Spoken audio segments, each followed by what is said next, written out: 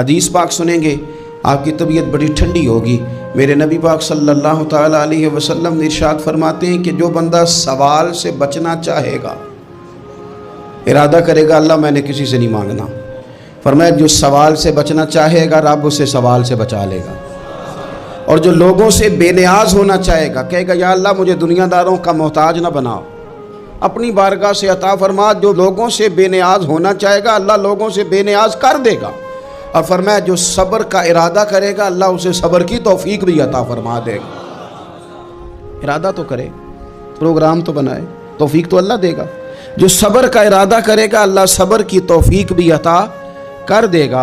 اور حضور صلی اللہ تعالیٰ علیہ وسلم فرمانے لگے یاد رکھو کسی بندے کو جو بہترین تحفہ دیا گیا ہے نا، اگر کسی کو کوئی بہترین عطیہ ملا ہے تو پھر اللہ تعالیٰ نے اسے صبر عطا فرمایا ہے، یہ بہترین تحفہ ہے۔